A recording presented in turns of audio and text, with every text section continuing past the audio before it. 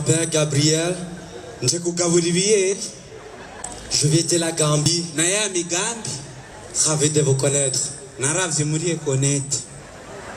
Mais désolé pour le retard. N'ayez pas peur. Aujourd'hui, je suis là pour conseiller ceux qui ne travaillent pas. Parce que votre chance sont devant nous. En tout cas, n'écoute pas les paroles. Vous serez plus à l'aise.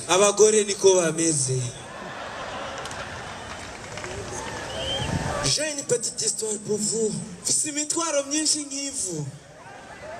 Quand j'étais jeune, j'étais marchand. Puisque j'ai connu des guerres. Mais ma femme était toujours dans mon cœur. Allô?